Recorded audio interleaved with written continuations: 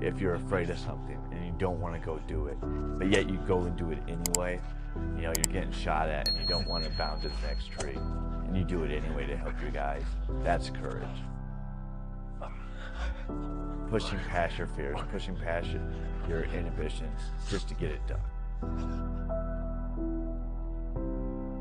That you didn't quit, that just because this bad thing happened, that you didn't give up, because that's not what we do.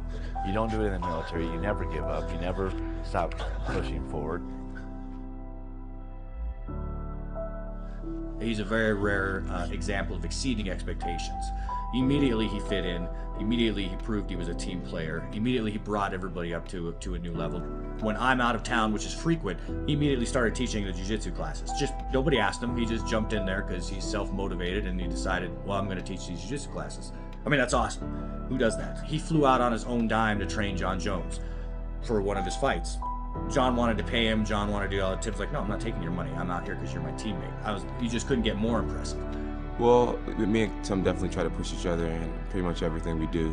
I think it comes from us both being, A-type personality type of guys, I look at myself as like an alpha male. Tim is no doubt an alpha male with some of the things he's done in his life. And I think that's why we push each other so hard, and that's why we feed off each other so well, and that's why we make such great teammates. Well, I was doing one. Still writing. Tim Kennedy has been a huge part of this, the family, and just getting the guys to go on these runs and getting us to work out maybe when we don't want to, when we want to take a couple more hours off, or maybe take the night off. He'll be like, let's just go and we'll get some grappling and light grappling, just some drilling, and he just finds that what drives you.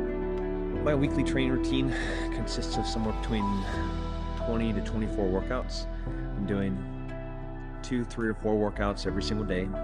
It's a test of who a person is. It gives a snapshot into that human being, how hard they work, how hard they train, how disciplined they are.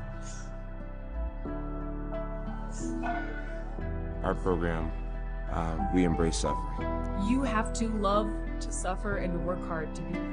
Your egos get checked at the door, and a lot of guys find their way out quick. The door is always open. Everyone's welcome. Few will stay. Tim Kennedy means a lot to the veteran community. Not just because he was a Special Forces sniper or because he fights, but he stands for the good of what soldiers really are. I am now, a representative of the veteran community. It's not a burden, it's something I'm proud of, but every single time I train, every time I walk out to the octagon, that's in my mind.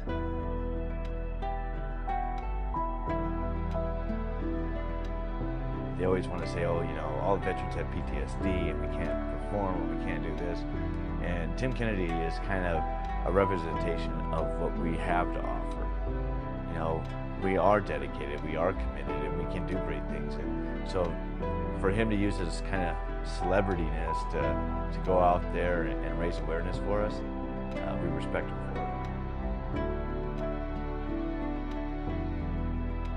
We built this country on the sacrifices of people who were strong enough to say, no, I'm not gonna give up.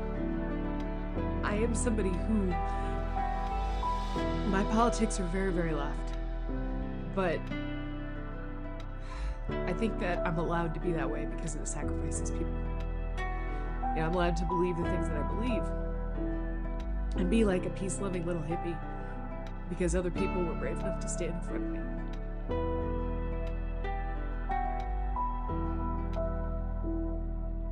It's very humbling to know that there's troops around the world that they get together and they watch mixed martial arts together. They're religious about it, and it's very special. And we hold it close to our heart because without them fighting for us, we wouldn't have this country. I'm lucky enough that some military units bring me in and I get to help them out as well. But it just feels good. I'll never charge them a dime. I don't charge them, nor will I ever charge them a dime. I respect the military a great deal, and everyone who puts their life on the line for my freedom, my family's freedom, and my children's future. And there's this pride in the military, that, you know, I have to try to embody. I know that I'm representing, you know, people that have come before me, people that are going to come after me, that have bled for their country, but my worst fear is that I'm not ever going to let those guys down. You know, so every day I train my ass off and try to make sure I never let those guys down.